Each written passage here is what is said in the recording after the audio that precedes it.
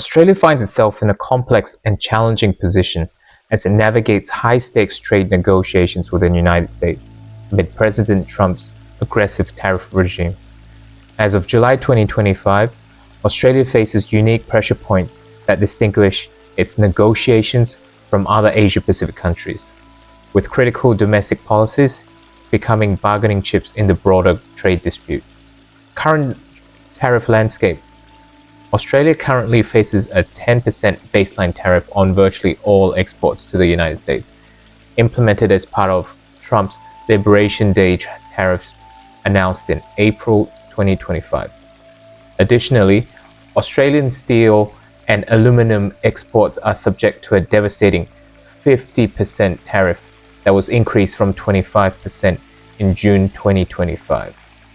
The steel and aluminum tariff increase has had immediate and severe impacts, with major producers like Alcoa Corp reporting $115 million in tariff costs during Q2 2025 alone, nearly 6 times higher than in Q1 costs.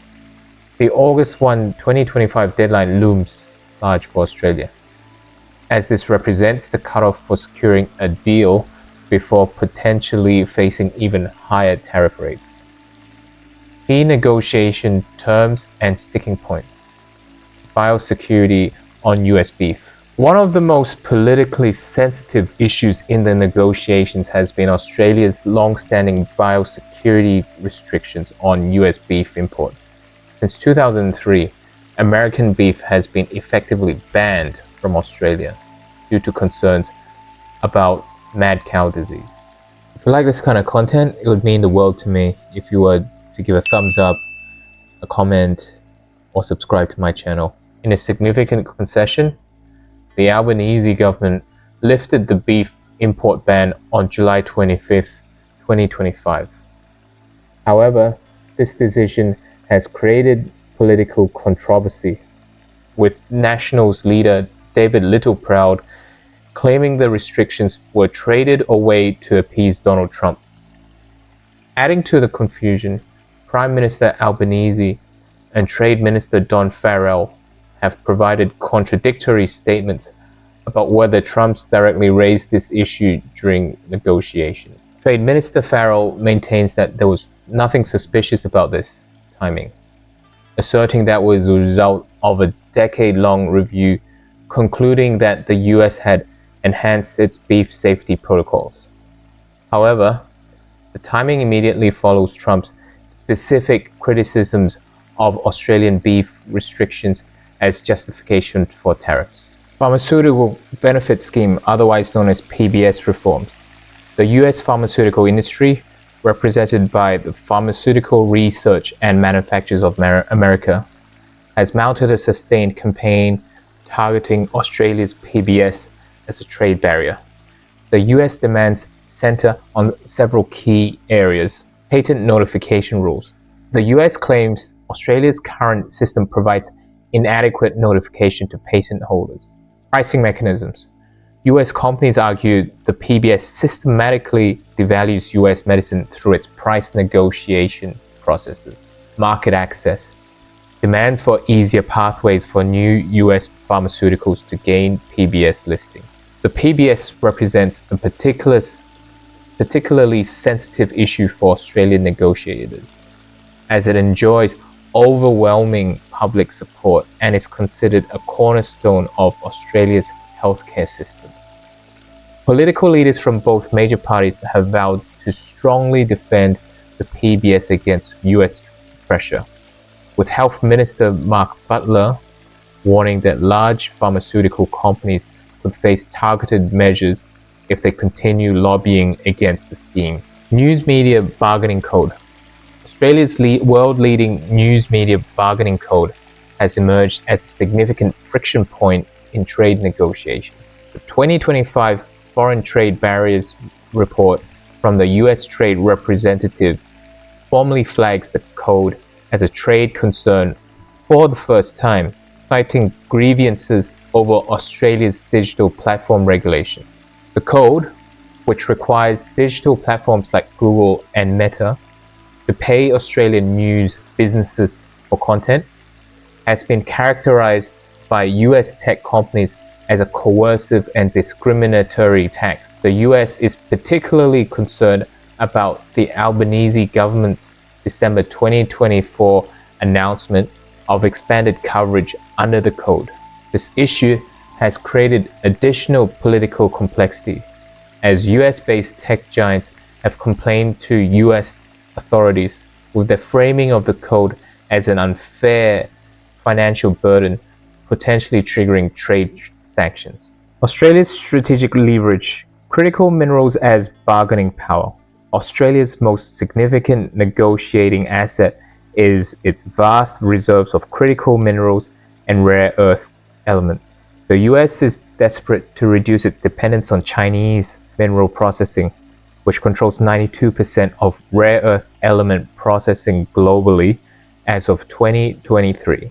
Prime Minister Albanese has confirmed that Australia is considering using its position as one of the world's leading critical mineral resource owners as a potential negotiating tool. The government has backed this strategy with substantial investment, announcing a $1.2 billion strategic critical minerals reserve in April 2025, giving the government the power to purchase, own, and sell critical minerals. However, early attempts to leverage this advantage has met with limited success. In March 2025, the US rejected an Australian proposal offering improved access to critical minerals in exchange for steel and aluminum tariff exemptions. Trade Minister Farrell indicated the proposal involved a continued and improved American investment in getting access to Australia's critical minerals, but the US government refused to grant the requested exemptions.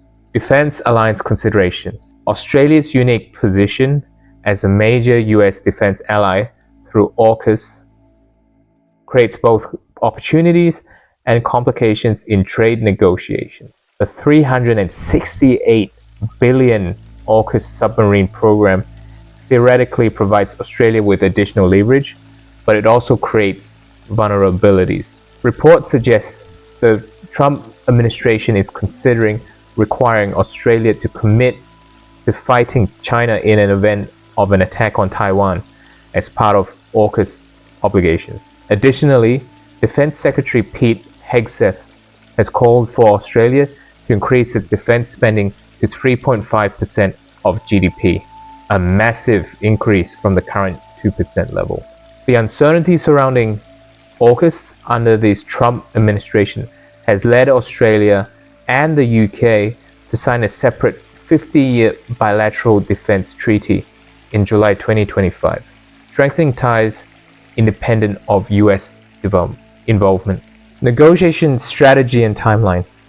Australia appears to be taking a measured approach to the negotiations, refusing to make immediate concessions on core domestic policies. Trade Minister Farrell has consistently maintained that Australia will not compromise on biosecurity rules, PBS regulation, Australia content requirements, or big tech regulation. The government's strategy appears to focus on several key elements. Economic leverage through critical minerals. Despite early setbacks, Australia continues to position its mineral wealth as essential to US strategic interests. Alliance value. Emphasizing Australia's role as a reliable security partner in the Indo-Pacific region. Limited exposure.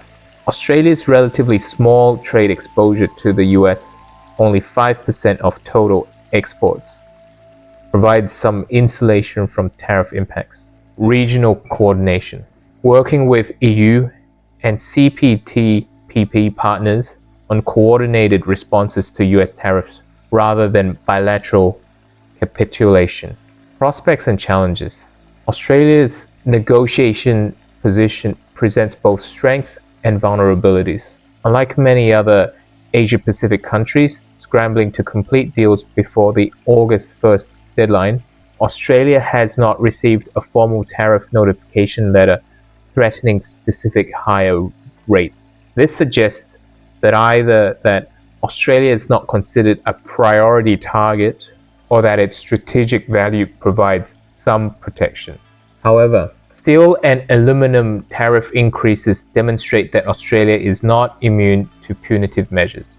The 50% rate has already caused significant economic damage to Australian producers, with costs that are unjustified and not an act of a friend, according to the Trade Minister. The fundamental challenges facing Australian negotiators is balancing domestic policy sovereignty with economic necessity. The three major sticking points, beef, biosecurity, PBS reform, and media bargaining code, all touch on core aspects of Australian governance and public policy that enjoy strong domestic support. As the deadline approaches, Australia's ability to leverage its critical minerals advantage while maintaining policy independence will likely determine whether it can secure a favourable agreement or must continue operating under the current tariff regime. The outcome will significantly impact not only bilateral trade relations, but also the broader strategic partnership between the two allies in an increasingly complex Indo-Pacific security environment.